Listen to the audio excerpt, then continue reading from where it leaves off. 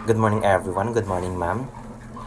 My name is Gaddafi Paros Gumampo, presently residing at Zone 20A, Santa Cruz, Tagulwan, Misamis Oriental. I'm already 29 years old. Yeah, 29. Wa mo na sayop og dungog. You everyone wondering about my age. Kay nganong gaskwela pa ko, nga medyo edad naman ko 29 na lagi kay ang normal nga estudyante mo graduate gid siya is mga 22 or something 23 ana. I'm gonna tell you about short story about my past. I graduated 2007 in elementary diya sa Santa Cruz Elementary School. Then after na ko graduate sa elementary, nag-transfer mi sa Valencia Bukidnon. So dato ko nagpadayon sa kuwang pag-eskwela. In high school, nag-eskwela ko sa Valencia National High School. I graduated 2002. Dayon, 2012. Pag-graduate na ko high school, kuha naman to kanang complicated pa. Dili mo maglisod na akong family pagpa-eskwela sa kuha. Kanang maga financial problem kay sa unang panahon lisod jud kay pangataon ng kwarta. As in. Then pag graduate ako high school, I apply work. I apply Gaisano, I apply Jollibee, I apply Greenwich, diya sa NVM sa una, NVM man natawag diya sa Valencia. So, kadang upat ka kumpanya, gi-apply na ako na. Gladly, na duha ka kumpanya nag-text ako. Una, ang Gaisano. Dayon, pagkaghapon na tawag na, nag-text na po ang Jollibee.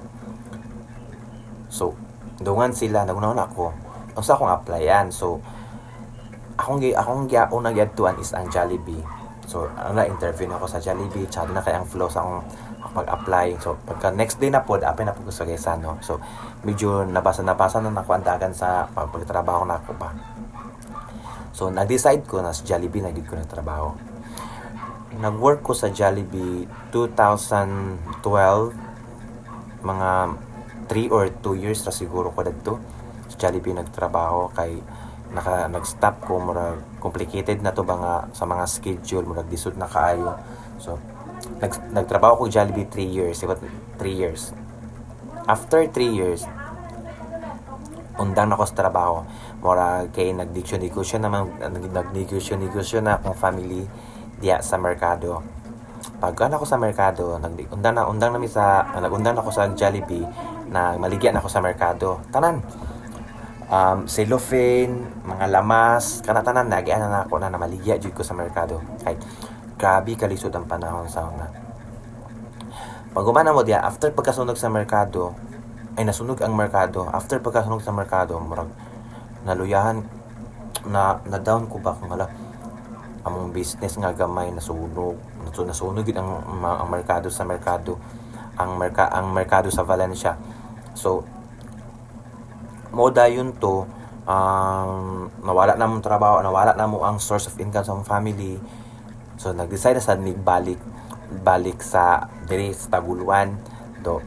Pagbalik na mo sa Tagulwan year 2017 man siguro or 18 something ana.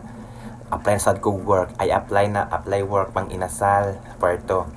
Apply na sa Kudian na po. Gladly nakapasar na sad, nakatrabaho ko diya sa Gaisano. Dayon, ako mga katrabaho ga part-time sa TCC ba.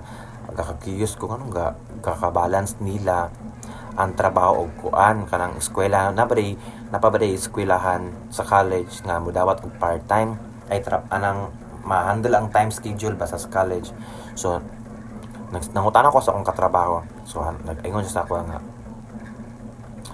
ingon ko saya nga ma-handle ni mo ang time man siya nga o ma-handle na niya kay free tuition man kung hala free tuition day ang TCC kung ana siya ay anak ko saya ay anak siya sa ko na free tuition na siya kay ko free tuition. So nag-decide ko nga mag-apply ko sa TCC year 2002. So mo na to nagpadayon din ko 2002 sa akong pag-eskwela until now. Diba? That's the short story about my life nganong still gaskwela gyapon ko nga 21 years old kay lisod kay panahon sa una. My hobbies is singing. I love singing yun, but my voice, dili siya pang singing, pero I really love singing yun. How do you communicate with others most effectively? For me, kanang when someone is talking bitaw, you need to listen attentively, and do not react until someone is talking. For me, para sa ako, sa kung nabantayan ako sa akong self, that's the best way to communicate others. Thank you.